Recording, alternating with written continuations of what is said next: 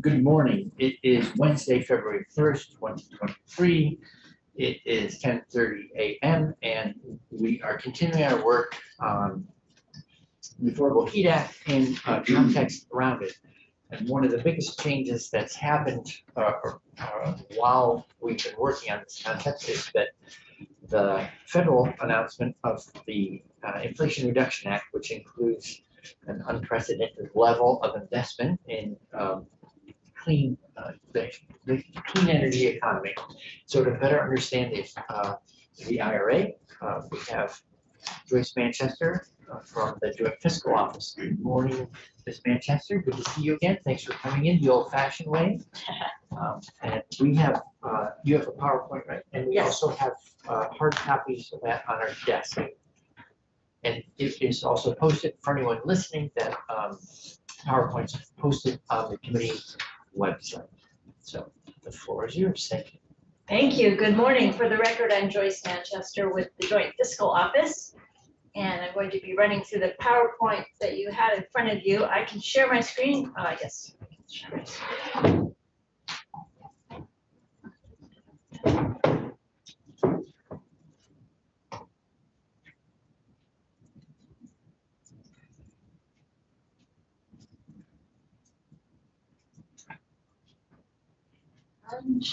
Let's see.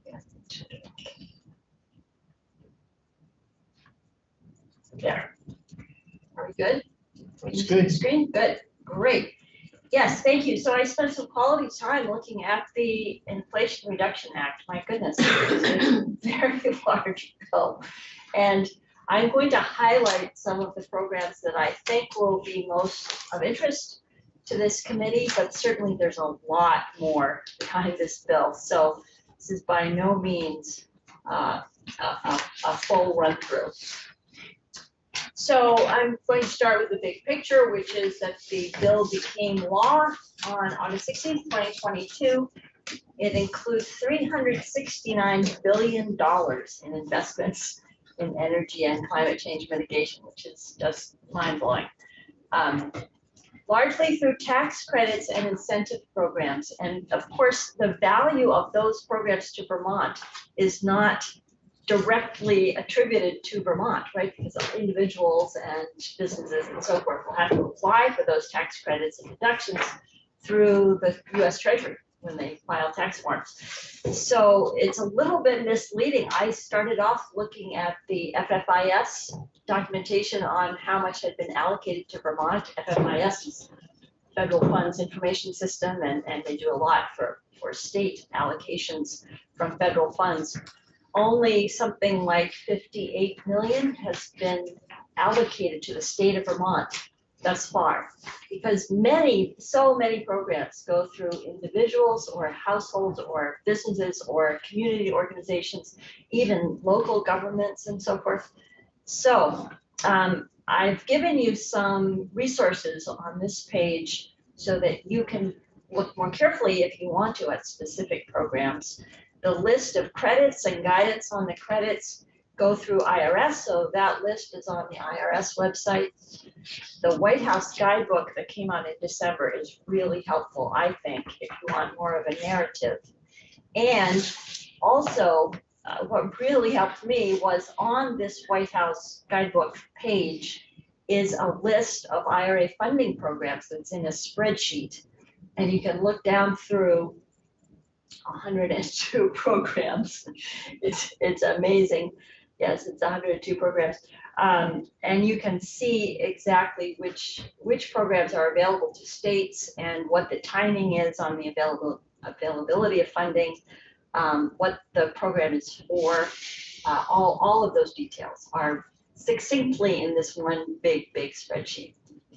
So that's really useful.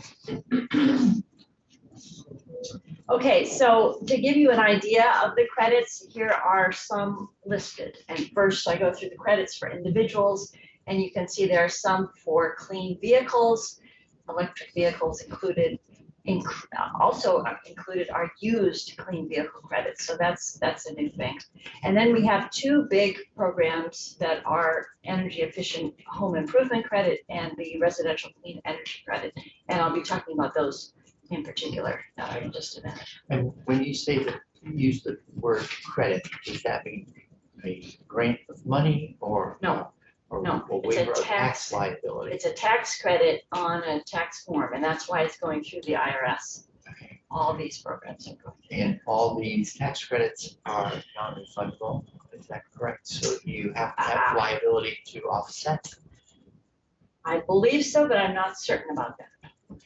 And it may vary with each program. I don't know.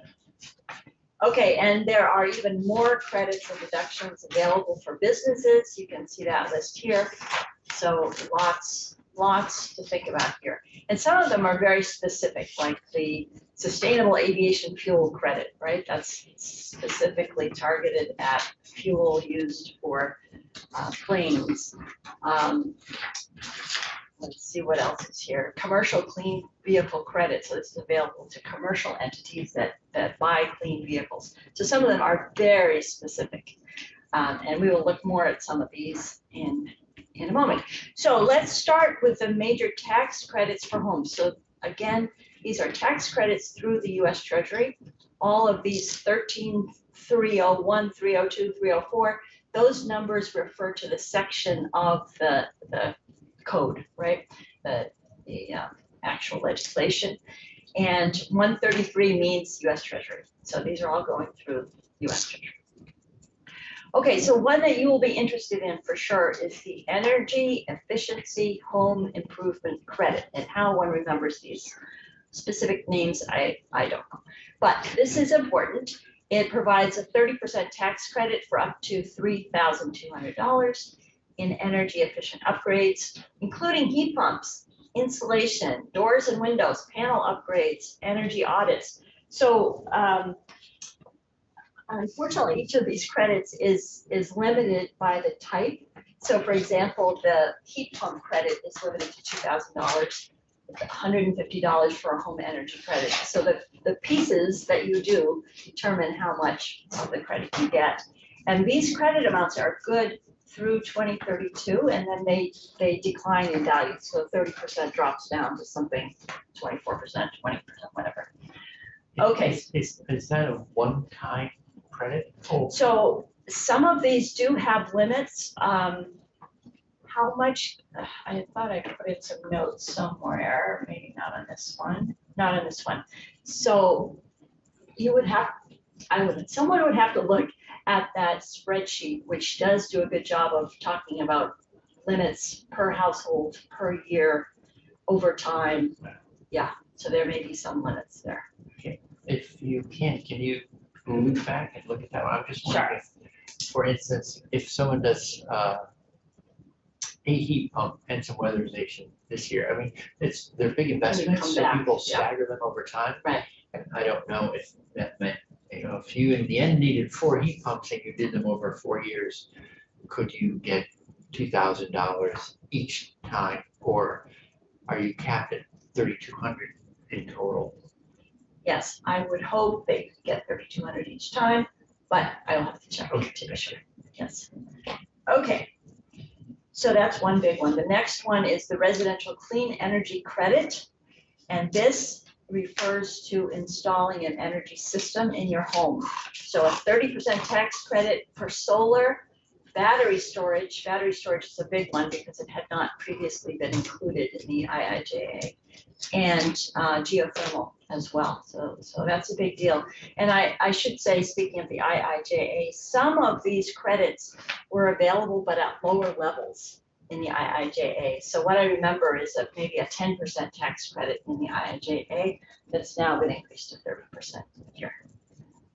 But the battery storage is a big one. People were excited about that provision because it's new. And again, these credit amounts decrease after 2032. And this one in particular goes to 22% in 2034. So that's going on behind the scenes. Okay, then we come to the new energy efficient home credit, which provides up to $5,000 in tax credits for home builders for each new energy efficient home, and up to $1,000 for each unit in a multifamily building.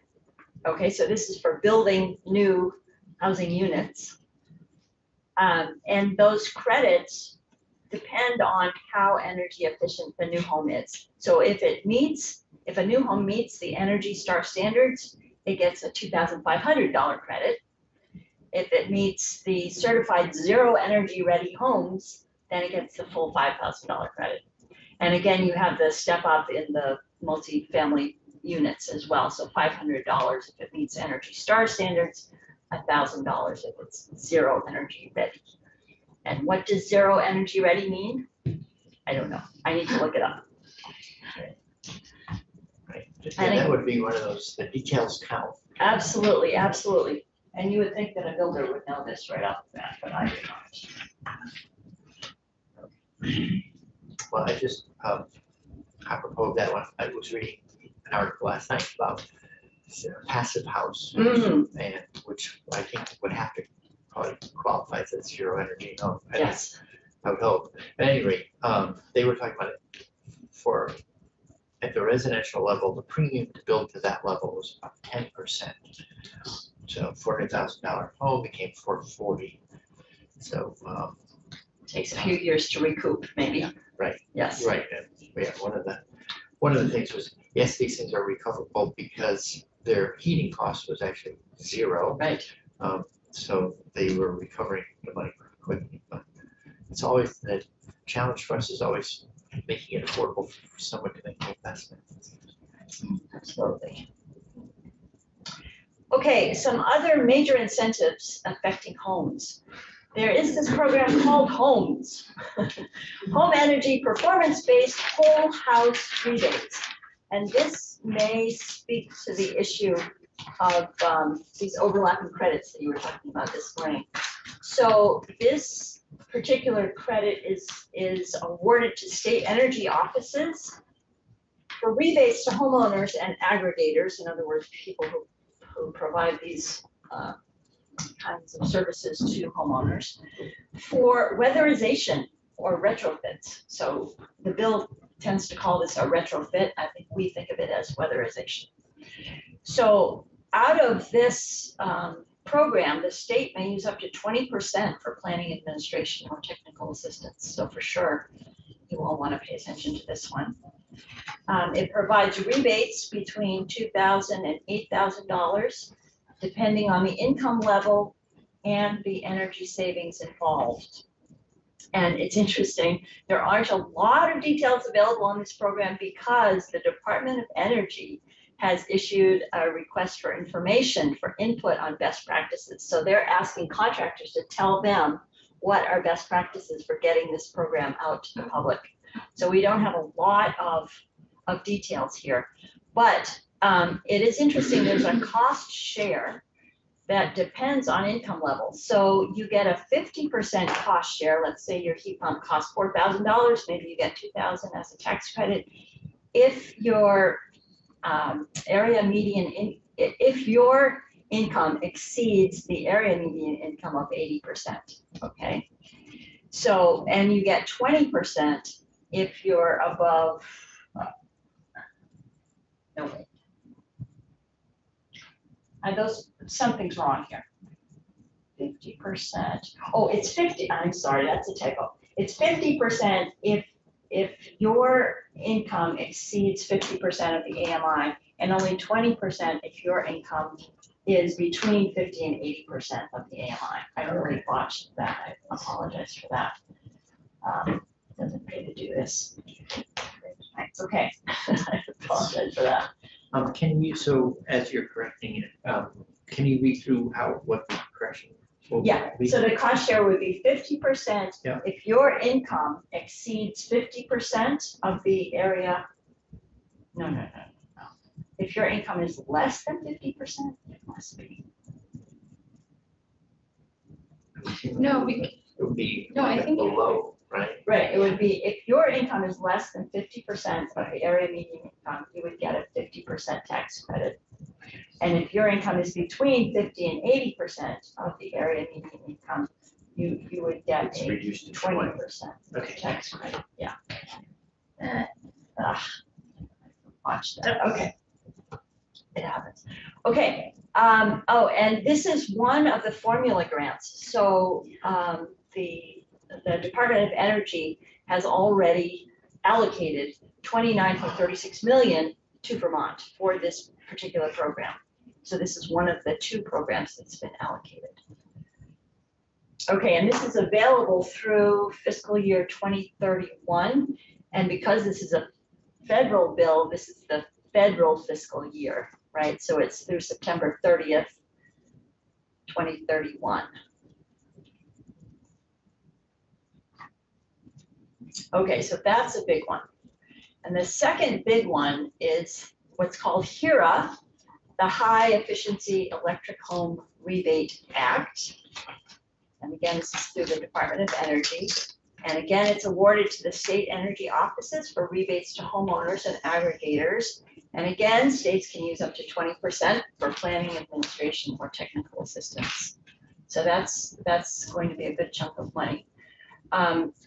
This one offers point of sale rebates up to $14,000 on electrification, like heat pumps, hot water heaters, and so forth. And again, the Department of Energy issued an RFI, a request for information for input on best practices. So we don't have a lot of details about how this will roll out. And again, the cost share requirement depends on the income level and the price of the appliance. So with the HERA program, there's going to be a rebate on heat pumps, and then just looking back, so there's also the energy efficiency home improvement tax credit. Is that a tax credit? Yeah, I think that's a tax credit. Yeah. So example of a stackable. So the question is, what's the income level? And is the tax credit valuable to a very low income family? Probably not. Is the tax credit? No. It's a tax Okay. credit, right? So the tax, okay, so the tax credit one, you have to have a taxable tax income. liability, yeah. Got you. Unless it's refundable, and I don't know about that, but I will find out. Okay. Thank you, Chairman Bright. Following up on Senator Watson's question, is there, my understanding is there is a way potentially another group could take the tax credit value and use that to offset the cost for someone who might not be able to do it. Have we seen that with these types of tax credits before? I mean, I did that with my electric vehicle, for example. We didn't have taxable income, but we did a lease and they gave us the value of it based on that. I could see a very similar financing mechanism with like maybe VSCCU. I mean, It's possible, Okay. it's possible. so it doesn't rule out maybe the chance of that. So let's see, this is point of sale. So at the time you buy the heat pump from Suncommon or whoever it is, yeah, they would have to somehow incorporate a tax credit on their end. Yeah. And you would then benefit from. It's possible, I don't know the details on this. But it doesn't preclude that from happening if there was some As far as I know, not yet. ingenuitive. I realize this is going back a little bit, but one of the concerns I have about these tax credit programs is that folks may not know that these are available. And so I'm really hopeful that, you know, the major or typical programs that people use to do their taxes, you know, they ask you a series of questions, right? They're like, you know, did you rent your home? Did you, buy any new car? Tax Did you get married or whatever? Tax, all those. Right, it's right, tax. Right. Do you, maybe you can't comment on this, but I'm curious if you have any thoughts on what is the likelihood that those programs will ask questions that will get at did you put in a heat pump? Did you put in, did you upgrade your panel, or did you do weatherization, or whatever it is? Do you think that is likely to happen? So they should, and if it's a competitive market, then the programs that do ask those questions will have an advantage over the programs that don't. So Okay. you would think that they would all Okay. get to that place, right? One would hope. Yes. Okay, cool, Yes. thank you. Yes, and the other thing is, is Efficiency Vermont advertising these programs and, Mhm. all of the installers of these Yeah. these devices you would think would want people to know. So Yeah. incentive is there to let people know, certainly. Okay, cool, thank you. And Affordable Heat Act, I think, contemplates a lot of education and outreach. People will have those obligations, so there'll be one install cleaning measures, and then they'll find customers faster for helping the customer know that they could get some financials. Absolutely. Okay, and again, this is a formula grant. This is the second formula grant with $29.19 million. I don't know why perhaps the aggregate amount for the country is slightly different. And so we're getting the same share, but it's slightly lower. And again, available through federal fiscal year 2031. And finally, the state-based home efficiency contractor training grants I thought might be of interest. That's financial assistance to states to develop and implement a training and education program for contractors involved in installing home energy efficiency and electrification improvement. And again, state administrative costs can be up to 10% of these grants. But of course, those are not specified. You probably have to apply for them and then the state get some administrative costs out of it. So that would be the city would be the applicant to a competitive grant program from the federal government. Yes, yes. Okay. Did I just? Yeah, okay. This first one is a repeat. We just talked about the state-based home efficiency contractor training grants. I'll go to the second one, assistance for latest and zero building energy code adoption. So I thought this was of interest because it's grants to states or units of local government to adopt updated building energy codes, including the zero energy code. So again, funds available through federal fiscal year 2029. This applies to both residential and commercial buildings, but you do have to apply for this, right? So somebody in state and local government needs to be aware of this and apply. But yeah, that will certainly help. I know that towns are struggling with energy codes and so forth, so this could be of help. There's an energy infrastructure reinvestment financing program that looks at loan guarantees now, so it's a different kind of support. Loan guarantees for projects that retool, repower, repurpose, or replace energy infrastructure that has ceased operations or that enable operating energy infrastructure to avoid, reduce, utilize, or sequester air pollutants or anthropogenic emissions of greenhouse gases. Okay, so that's a long way to say that they're trying to help energy generation advance to more energy efficient methods and greenhouse gas friendly methods. And these funds are only available through federal fiscal year 2026. So this is a different timing approach. And do you know who would apply for this? Yeah. As we were just talking about, the whole, one of our challenges is to keep trying to envision ways to make it affordable, to make the upgrades that we know will save people money. Right, so these are under my category available to states. So states are one of the entities that is allowed to apply, but I believe on this one, there are lots of entities that could apply, including the utilities. Right. Utilities are, I can imagine, well, okay, thanks. Yeah, they're looking for funding for sure. And finally, the transmission facility financing program is a direct loan program for transmission facility financing for the construction or modification of electric transmission facilities. So this is a little bit different. This is transmission, this is the grid rather than the generation. And when you apply, the Secretary of Department of Energy has to designate that the particular project is in the national interest. So I'm not sure what that means, but it's a little extra wrinkle. These funds are available through federal fiscal year 2030 with no disbursements after 2031. So you've got to have a plan and a way to spend the money by the time you apply. Okay. going. More major incentives available to the states. Yes, and these are all through EPA, the Environmental Protection Agency. So these are all 601 items in the law. So the Greenhouse Gas Reduction Fund consists of competitive grants to mobilize financing and leverage private capital for clean energy and climate projects that reduce greenhouse gas emissions, with an emphasis on projects that benefit low-income and disadvantaged communities. So this may be of particular interest when you think about getting this new electrification out to low-income folks.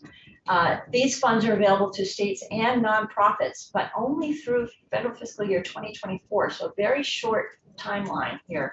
And you must begin implementing, I can't believe this is true, but this is what the January 2023 spreadsheet said, must begin implementing grant program by February 15th, 2023, which seems impossible to me, right? Yes, so maybe this will be extended, who knows? This is what I know at the moment. This also seems like a really different thing. For instance, I don't know if you, when you were doing the work, if you ran the WRAP. Weatherization, yeah, Weatherization. rental assistance program. Repayment assistance program. Yeah. Where, Yeah. So whatever can support making that low or no interest fund grow could be great. Yes, and it is interesting that nonprofits can apply for this as well, which means something like Capstone or some other local nonprofits could apply for these. Okay, the next is the Climate Pollution Reduction Grant to tribes, states, air pollution control agencies, and local governments to develop and implement plans for reducing greenhouse gas emissions. So there must be at least one grant, a planning grant to each state. So this is certainly something that Vermont needs to pay attention to. 250 million for the whole US, but each state has to get at least one planning grant available through FY 2031. And then a much larger sum of money available for implementation grants. $4.75 trillion. It's rather mind-boggling. Okay, that can't be right. It's got to be 4.75 billion. Yes. Yes. Okay. I'm finding typos that I should have found. Okay. I was gonna say that's a Yeah, that's a lot of money. project. I thought that's right. Okay. Oh, yes. Now here's one that's not available to states, but it is available to community-based organizations. So I thought you all should know about it. And that's the Environmental and Climate Justice Block Grant. So this is grants and technical assistance to community-based organizations, alone or in partnerships, to reduce indoor and outdoor air pollution. So for example, this would include wood stove pollution, right? Which could be important for low-income communities, including greenhouse gases, right? So monitor for pollution, improve community resilience to the impacts of climate change, including extreme heat and wildfire, and build the capacity of the organizations to engage with state and federal decision-making processes. And this is a bit shorter timeline through FY 2026. But that was the first time I had seen specific reference to what they call wood heater emissions, which we would call wood stoves. Yes. So that's an interesting one. Good? Yeah. Just thinking about we have an equity council. Yes. That was part of the environmental justice bill. One of the issues has been funding that group at a level beyond our normal per diem. So it might be, there's a possibility here to, if they engage in work, some of their work is along the same lines. Uh-huh. To fund that work.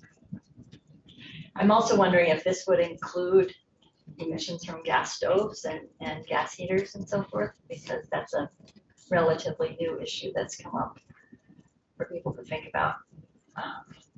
It's not specifically mentioned here, although indoor air pollution might cover it. So, yeah. Okay, I thought you would be interested to hear about major incentives for vehicles. I know that you don't cover this directly, but there are lots of good programs here. Up to $7,500 for a new vehicle, depending on the source and the manufacturing of materials. And of course, the vehicle price is capped. So the new rules pertain to final assembly in the US, critical minerals and battery components, and any foreign entities that might be involved in the manufacturing process that might be of concern. And of note, the per manufacturer limit is lifted. So we do have MSRP limits, $55,000 in general, but vans, SUVs, and pickups up to $80,000. So that covers a lot of the EVs on the market. It's not available to households if the AGI exceeds 300,000 for couples, 225,000 for head of household, 150,000 for singles.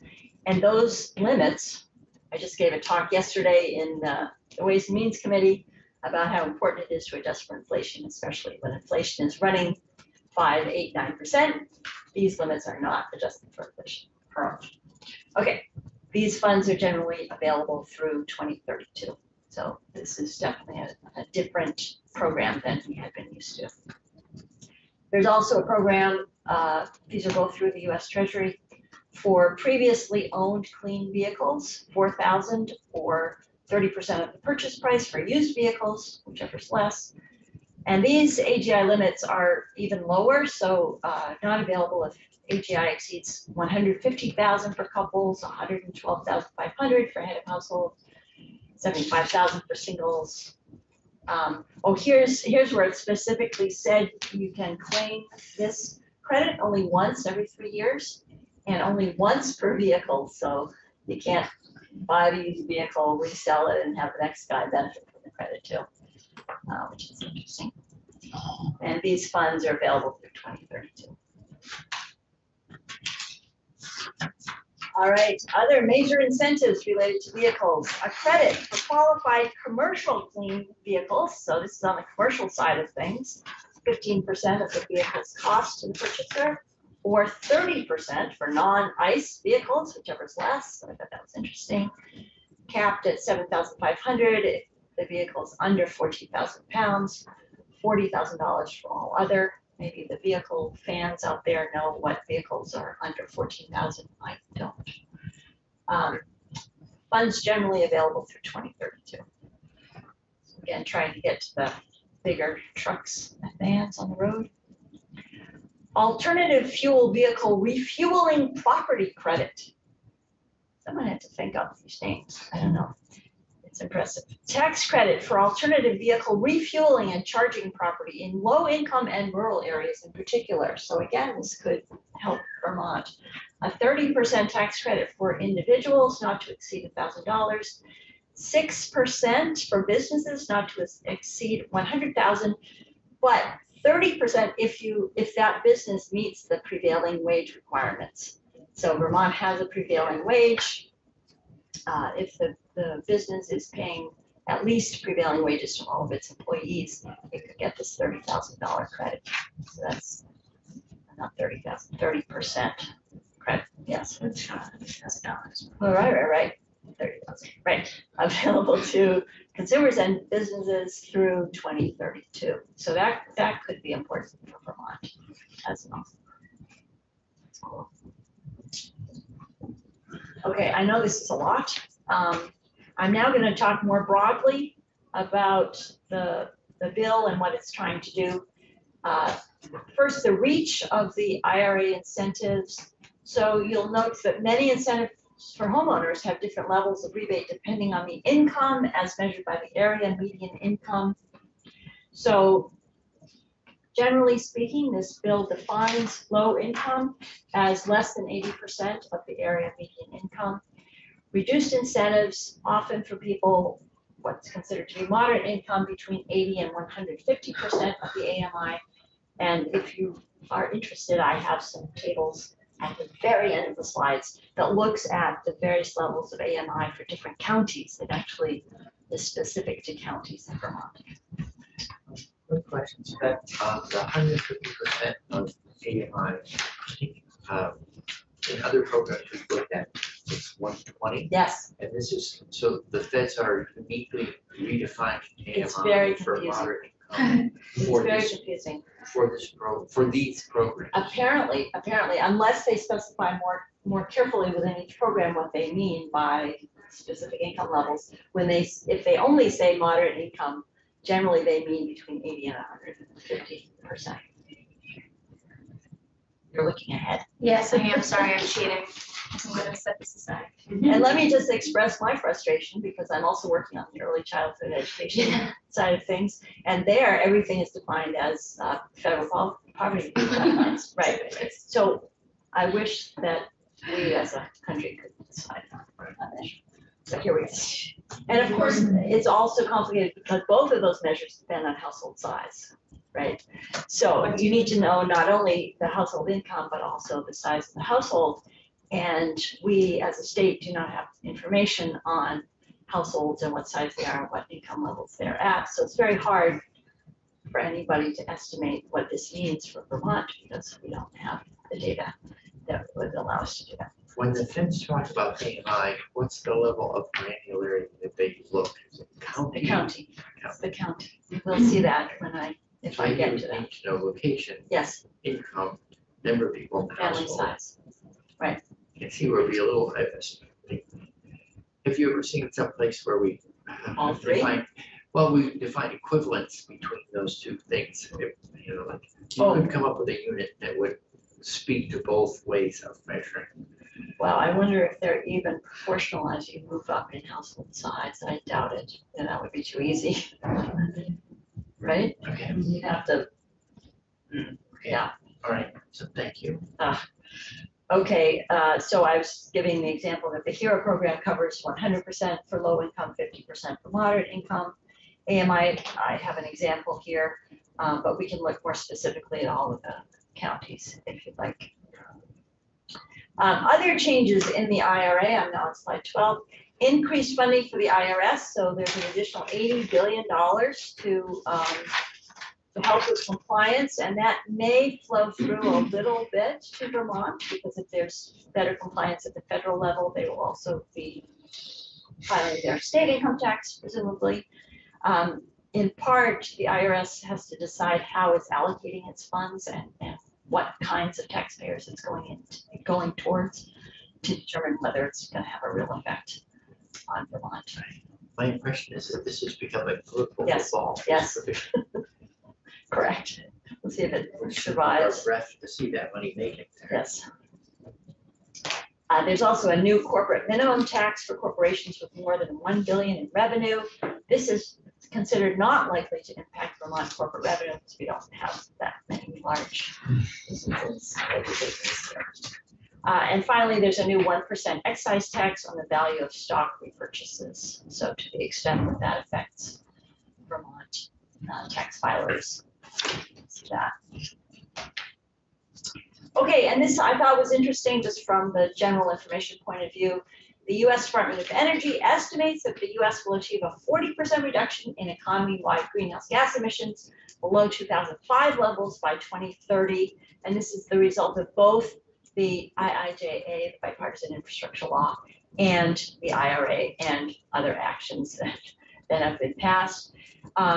So I got excited about this. 40% reduction sounded good until I remembered that the GWSA requirement is 40% below the 1990 levels for Vermont by 2030, right? So this does not get us where we need to be, but it's a piece of the action anyway. And if you're interested in million metric tons, DOE estimates that the clean energy provisions of the IRA and IIJA together could reduce emissions by more than 1,000 million metric tons CO2 equivalent by 2030. So that is something big. Okay, that's the end of my prepared slides, except if you are very interested in the AMI numbers, you could go look at those as well. So I'm seeing some attachments here. Yes, so that first one, I attached because I think these are the home and building related big programs that you'll be most interested in. So I just wanted you to have those in a short list. And it does tell you where in the IRA to find the specific language. Shelley? Thank you, Chairman Bray. Yes, I'm just looking at it when I think about my own household.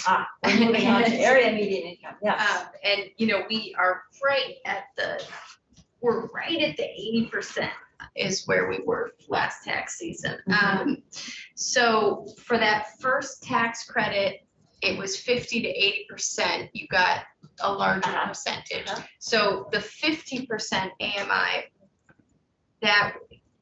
where would I find what Right, that so we can is? easily figure out if this is 80%, you want to take 5/8 of this, right, to get down to the 50% level. Okay.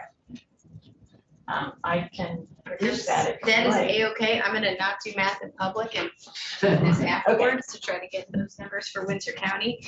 But then for the 150, this is the group of people that are under the 150 amount, but not below 80%. Between 80 So, and 150, that's right. so if you made between 56, or I'll use the one person, if you made between 49,000 as a single family home and 92,000 as a single family home in Windsor County, you would qualify for, my understanding, the majority of the things that the federal government has put out. Where they've specified moderate income, yes. Okay. And there's really nothing that's income-based if you made more than 92,000 as a single person. Not that I've seen. I certainly haven't seen everything. Right. And I would also caution that these are the 2022 levels, and of course, they're going to be adjusted upward for 2020. Adjusted upward, okay, that is very helpful information, and it feels like I know most people would qualify for that in our county, a very large percentage. Absolutely. Is there a place we could find, I know you said that there's not really data, is there any general data on what percentage of our population that is? Yeah, that is a tough question. So the way that we sussed this out in early childhood was actually to use results from the American Community Survey, the ACS. Unfortunately, those data are always lagged, and Vermont is such a small state, and the survey is only 2 or 3% of people. So the Census Bureau has told us never to look at a single year's worth of data. Instead, you have to aggregate 5 years, which means today that we would be looking at 2016 through 2020 and aggregating across all those years, and then looking at the distribution of families by income and size. Because the American Community Survey does collect a lot of information. I don't think it has county of residence, because that would be subject to confidentiality rules. But So it's hard, it would be difficult for us to get a sense of who would qualify, but. well, so statewide, we could get a pretty good picture, knowing that it's 2016 to 2020. But to get all this information, geographic, house size, and income together is really tough. Yes, Thank you. Most of the people you and I know personally. Yeah, I know, most of I'm like, oh, yeah. Well, and the tax department can give us some distribution based on tax filers, of course, right? They know, let's see, they know number of dependents and they know household income. I don't think they would reveal county of residence. And of course, tax filers does not include the lowest income because they don't file taxes necessarily unless they're applying to the EITC or some other tax relief program. And typically these are, if you were to be getting one of these programs, you would probably be going through a service like maybe Efficiency Vermont or something, Or Capstone. or Capstone, yep. So they would be the ones who are more beholden to verifying the income piece, in my view. For the programs, yes, for the tax credits, of Yeah. course, you'd be applying to the IRS and the IRS knows your income or you're reporting at the same time, right? So, yeah, that's a little bit different. But for these programs, yeah, it's really interesting. We've been trying to think how to collect this information going forward. And there may be an opportunity in the fact that so many towns have to do reappraisals now. Oh. So would it be possible to add to the reappraisers list of information collected? The state of the house, is it a wooden structure before 19 whatever 40 or whatever? What kind of heat source does it use and all that interesting information. Now, is that even feasible at this stage? I have no idea. The other possible way might be self-reporting, right? At the time that you apply for your residency in Vermont for local tax purposes, maybe you have to report, what's the state of my house, what's the size of my family. All these things would be new, right, for town reporting, but yeah, and maybe there's another way that I haven't thought of, but it's hard to imagine that we would somebody from the state would go door to door and collect all of this information for every household, right? That doesn't seem feasible in the near term. It's also a little hard to imagine everyone who opens that door welcoming the Exactly. opportunity to reveal this information. Yes, absolutely, Okay, right. nice. So thank you very much for all that.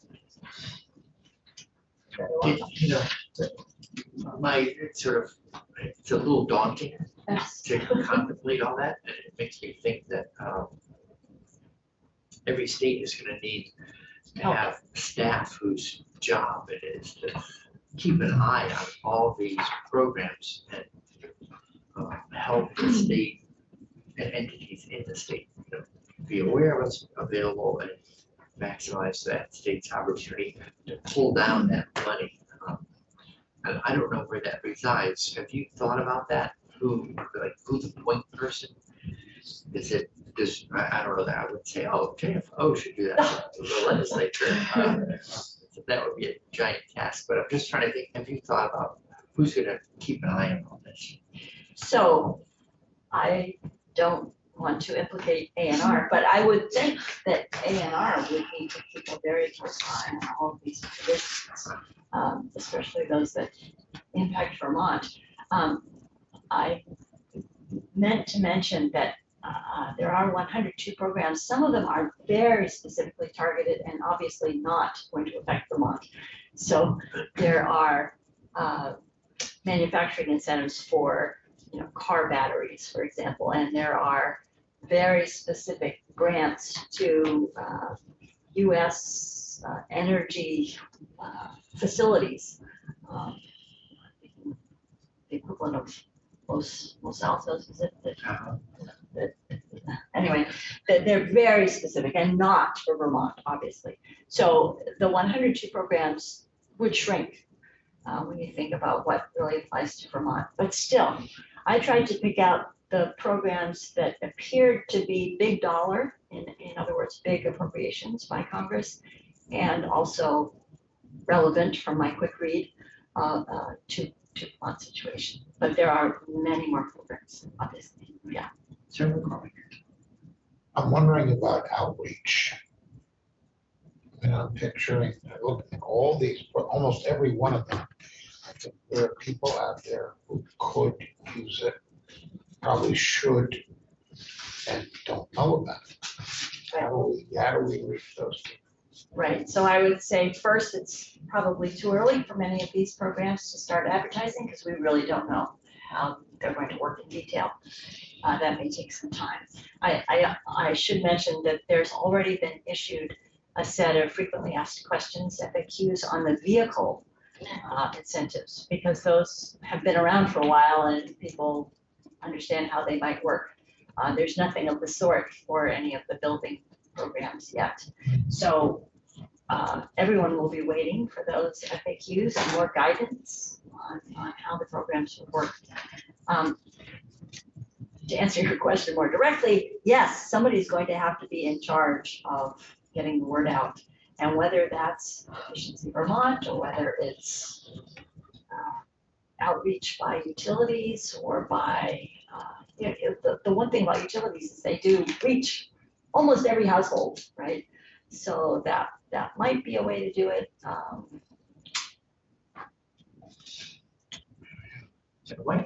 Thank you, Chairman Bray.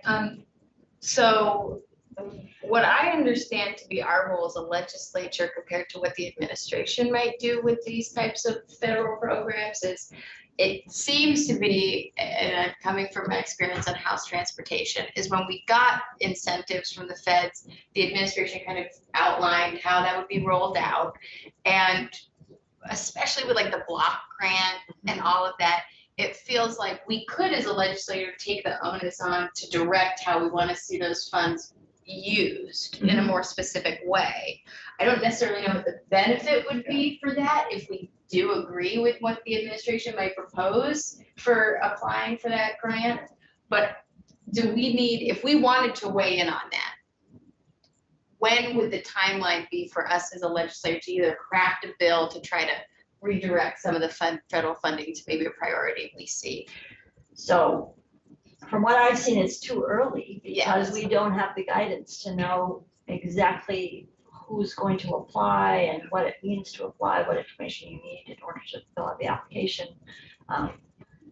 So Okay, so we're not missing our opportunity at this moment to potentially direct funding. right, the one program I mentioned where you have to have things underway by 2023, that was the only one that came out with such a short deadline. Okay. Most of these are running out, 10 years, 2032. Yeah.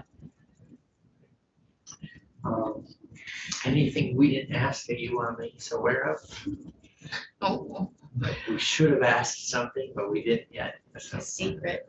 No, I think you've been engaged and asking good questions. Certainly the data question is a big one. The public engagement and awareness is absolutely a big one. I wish, it's now been 6 months, it's August, when the bill was passed. I wish we had more detailed information about how all these programs work, but it's not there yet. It's an interesting thing to see how big a bill the federal government will pass with Very little. without that kind of guidance and specificity. I guess we should be used to finding out between ARPA, I know. IIJA, and ARA? ARA. All right, yeah. Well, I guess we'll look a gift horse in the mouth, right? So I'm glad that there's support available. All right, well, thank you very much for coming in. Very welcome. So we're finishing a little early, which I know never breaks anybody's heart to have a few extra moments in their day. But for people who are watching, so tomorrow we are back at it and we're again on Affordable Heat Act. So we're starting off with testimony related to, it's called legal posture. So what are some of the legal considerations around the Affordable Heat Act?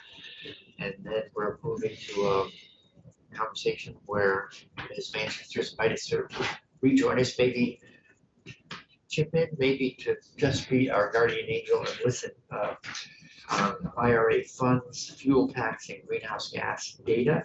So we've heard from ANR, department, and PUC that they all need data in order to be able to administer their programs efficiently and completely.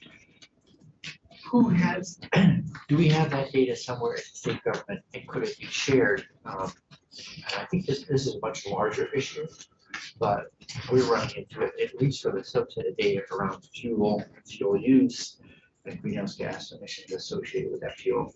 So we'll get to that, and that's the second half of the problem. Looking further ahead, Friday, we'll be hearing from many parties in the fuel retail world. So many fuel dealers will be in, or people in the energy space, followed by gas, as well as Global Partners, a large company selling fuel in the state of Vermont. And then we finish with some testimony from 350 and Sierra Club. And then, so if you, I'm walking through for 2 reasons. One, so that people listening will know that we're coming through the end of just sort of general testimony on the bill. And at this point, we're inviting testimony of more specific aspects of it. And if people want to participate, it'd be great to let a member of the committee know, or me know. And for all of us, we should always please try to loop our committee assistant in, because she's the gatherer of names for all of us. And I think we'll be on to markup by the middle of next week. And with the goal of, I think by the end of the week, having maybe a ultimate or penultimate draft of the bill that we can publish. We'll have a whole weekend and then get responses the next week and type it up and aim for a vote that week. That's the big picture. So with that, Exciting. any committee discussion, conversation, questions, anything people want to talk about? Just make sure, so I don't make it. I need to run away. Yeah, I was just gonna say, I don't make it Thank you. keep you pinned in the chair there. Thank you. Yeah. And if there's nothing, then I would say. Something like I said earlier, but I just want to Yeah. reiterate, I really would like a Q&A sheet, or maybe a split sheet of, you pick up maybe a typical Vermont household, if there is such a thing. Maybe have 3 or 4 different sets of circumstances, and what the bill does for those people compared to what life is like if we don't do anything. Okay, what is the situation? What? Because we have lots of constituents Sure. who think we're about to cost them a lot of money. It's not a few in there. I think probably more people think we're trying to cost them money than otherwise, including some of the people who support the bill. They just think, well, yeah, we got it. Global warming is important enough. We got to bite the bullet and pay the money. And the idea that this is actually a bill to save people money is something we got to sell that. We got to persuade people. Sure. They're not out there cheering. Right. You're right. We've had that, it's very helpful to hear and reassuring to hear that the net savings are, $2 billion through 2030. But that's a hard number for someone hearing about it to figure out, well, what is that going to mean for my house? So I had asked, if we could get some work on illustrating sort of with and without AHA, what could happen, like what does it look like in the household? So I think that's it. Did you think about who to work with in order to get that kind of an illustration? As soon as I finished talking just now, I said, okay, so who am I? For perhaps some of the grassroots activist groups who are supportive and somewhat perhaps indignant that we're not moving fast enough or boldly enough. That's what we are. So we all have contacts and inside and out the building. Let's try to chase down that notion of illustrating some scenarios so that, because I know we have people at home who want to know, and we have colleagues who want to know. And then I think the other thing I want to always keep saying is that we know it takes an investment of money to save this money. It's not magical savings. It's an investment that has net savings.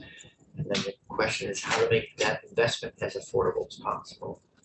And I think that's going to be the most interesting and challenging part of the puzzle to solve, at least for me. Well, so thank you very much. We are, and the last thing is tomorrow is for Senator McDonald and I, Elkhart morning, so we don't start till 9 tomorrow morning. Another half hour on your hands. Yeah. And with that, we are adjourned.